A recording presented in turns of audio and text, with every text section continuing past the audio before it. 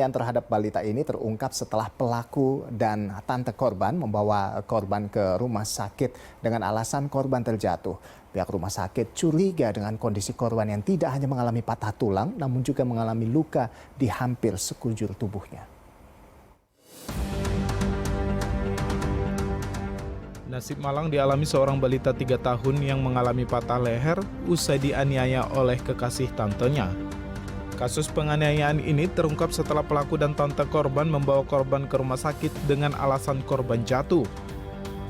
Namun pihak rumah sakit curiga dengan kondisi korban yang tidak hanya mengalami patah tulang, tetapi juga mengalami luka hampir di sekujur tubuhnya.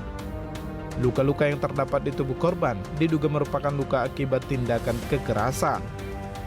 Korban berinisial HZ diketahui dititipkan orang tuanya kepada tantenya yang masih berusia 17 tahun. Ibu korban diketahui menjadi pekerja migran di luar negeri. Tante korban diketahui tinggal bersama pelaku sejak bulan November lalu. Sejak saat itulah korban kerap mendapat tindak kekerasan. Saat korban dianiaya, tantenya sempat merekam. Namun menurut pengakuannya ke polisi, rekaman itu dilakukan sebagai bukti jika terjadi sesuatu hal kepada keponakannya. Dan tersangka saat ini sudah dalam upaya paksa kami dan sudah dalam penahanan di unit PPA Polres Metro Jakarta Timur. Bun, motifnya sendiri sampai dia menganiaya itu apa sih, Bun? Baik, motifnya karena anak ini sering rewel untuk pengakuan tersangka, yang mana sehingga kejadian tersebut berulang yang dilakukan oleh tersangka. Pengakuan pelaku RA yang berusia 29 tahun kesal karena korban kerap menangis saat pelaku pulang kerja. Ada kesel sedikit, Pak. Kesal kenapa?